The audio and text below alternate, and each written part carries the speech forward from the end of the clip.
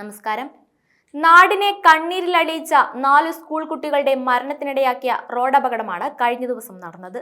പാലക്കാട്ടെ കരിമ്പ പനയംപാടം വലവിൽ നടന്ന അപകടം സംബന്ധിച്ച് സംസ്ഥാന ട്രാൻസ്പോർട്ട് വകുപ്പ് മന്ത്രി പ്രതികരിച്ചിരിക്കുകയാണ്. മന്ത്രി ഗണേഷ് കുമാറിന്റെ പ്രതികരണം ഫലത്തിൽ സർക്കാരിനെതിരെയുള്ളതാണെന്ന വ്യാഖ്യാനങ്ങളാണ് പലയിടങ്ങളിൽ നിന്നും ഉയരുന്നത്. ട്രാൻസ്പോർട്ട് വകുപ്പ് മന്ത്രി വളരെ നേരത്തെ തന്നെ അപകട സാധ്യത ചൂണ്ടിക്കാട്ടിയതാണെന്നും എന്നാൽ ബന്ധപ്പെട്ടവർ അത് ചെവിക്കൊണ്ടില്ലെന്നുമാണ് ട്രാൻസ്പോർട്ട് വകുപ്പ് മന്ത്രി കുറ്റപ്പെടുത്തിയിരിക്കുന്നത്. സ്ഥിരം അപകട മേഖലയായ പനയംപാടത്ത് സുരക്ഷയൊരുക്കണമെന്നാവശ്യപ്പെട്ട് മോട്ടോർ വാഹന വകുപ്പ് 6 മാസം മുൻപ് നൽകിയ റിപ്പോർട്ടും ആരും പരിഗണിച്ചില്ല. റോഡിന്റെ അപാകതയാണ് അപകടങ്ങൾക്കിടയാക്കുന്നത് എന്നതിനാൽ ഇവിടെ വേഗത നിയന്ത്രണ സംവിധാനം ഒരുക്കണമെന്നായിരുന്നു റിപ്പോർട്ടിലെ നിർദ്ദേശം.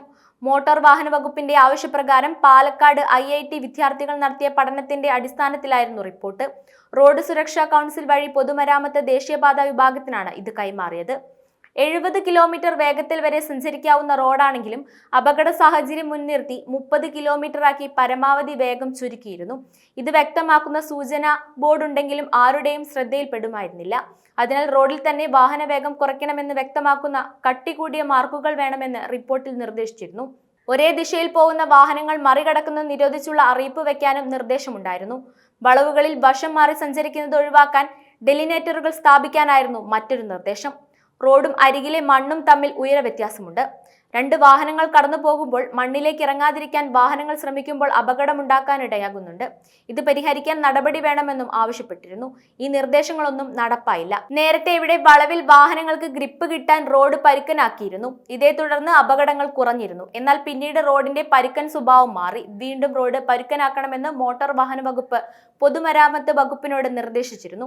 അധികൃതർ ഒന്ന് കണ്ണു തുറന്നിരുന്നുവെങ്കിൽ ആ 4 ജീവനുകൾ നമുക്ക് രക്ഷിക്കാനാകുമായിരുന്നു. അപകട മേഖല എന്ന റിപ്പോർട്ട് ഉണ്ടായിട്ടും അനങ്ങാതിരുന്ന ഉദ്യോഗസ്ഥരും ഭരണകൂടവുമാണ് പാലക്കാട്ടെ 4 വിദ്യാർത്ഥികളുടെ മരണത്തിന് ഉത്തരവാദി. പാലക്കാട് കോഴിക്കോട് ദേശീയപാതയിൽ കരിമ്പ പനയംപാടത്ത് പരീക്ഷ കഴിഞ്ഞ് മടങ്ങിയ സ്കൂൾ വിദ്യാർത്ഥികളുടെ മുകളിലേക്ക് നിയന്ത്രണം നഷ്ടപ്പെട്ട ചരക്കുലോറി മറിഞ്ഞാണ് അപകടം. പനയംപാടത്തെ അപകട കാരണം റോഡിന്റെ മിനുസമേറിയ പ്രതലവും മഴയും തന്നെയെന്ന് മോട്ടോർ വാഹന വകുപ്പ്.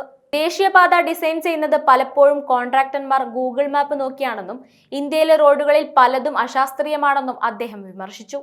ഡിസൈൻ ചെയ്യുന്ന റോഡരികിൽ വീടുണ്ടോ, വീട്ടിലേക്ക് പ്രവേശിക്കാനുള്ള വഴിയുണ്ടോ എന്നിവ കണക്കിലെടുക്കാറില്ലെന്നും നിർമ്മിക്കേണ്ട സെറ്റിലെത്തി നേരിട്ട് കാര്യങ്ങൾ മനസ്സിലാക്കിയാണ് റോഡ് ഡിസൈൻ ചെയ്യേണ്ടത്. റോഡിലെ വളവുകളിലെ കയറ്റം, ഇറക്കം എന്നിവയൊന്നും പരിഗണിക്കാറില്ല. ബ്ലൈൻഡ് സ്പോട്ടുകൾ കണ്ടെത്തി ലിസ്റ്റ് തരാൻ ആവശ്യപ്പെടും.